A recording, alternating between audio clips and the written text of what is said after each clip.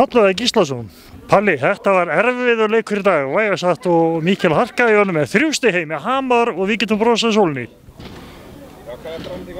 Já, við getum svo sem gert okkur glaðan dag. Við settum okkur markmiðan í þessi 3 stig sko. Ég ætla ekki að fara kvarta og kveina yfir þessum leik.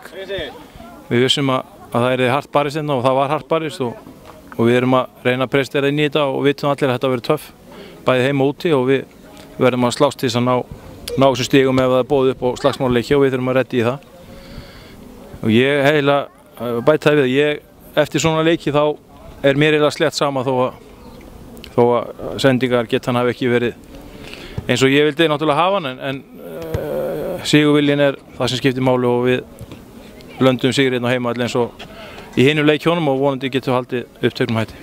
Já, strákarnir þeir voru einbeittir þrátt fyrir það að leikun hafi nú kannski stundum borið merkjast að vera svona fullmikið kapp og slagsmál en þá héldu þeir sinni ró. Hvað er að segja okkar strákar?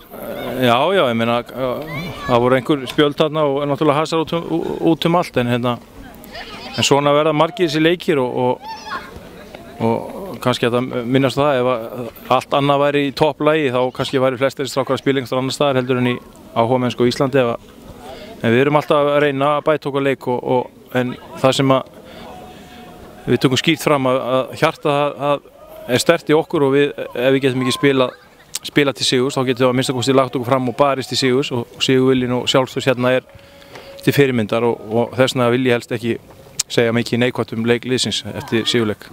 Nei, það er alveg klart Palli, það var sigurviljinn og menn höfðu og vildu og gerðu.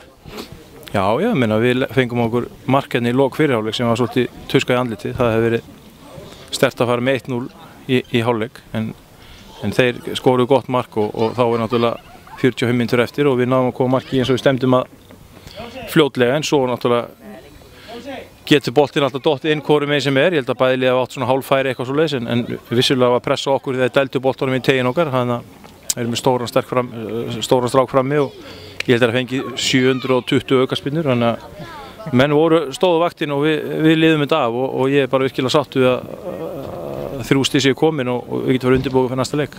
Palli, ég er alveg viss að allir þessar eru sáttir við daginn, 3 stig heim með Hamar til hamingju. Atli Jens Alfreðsson, Atli, þetta var alvöru leikur í dag.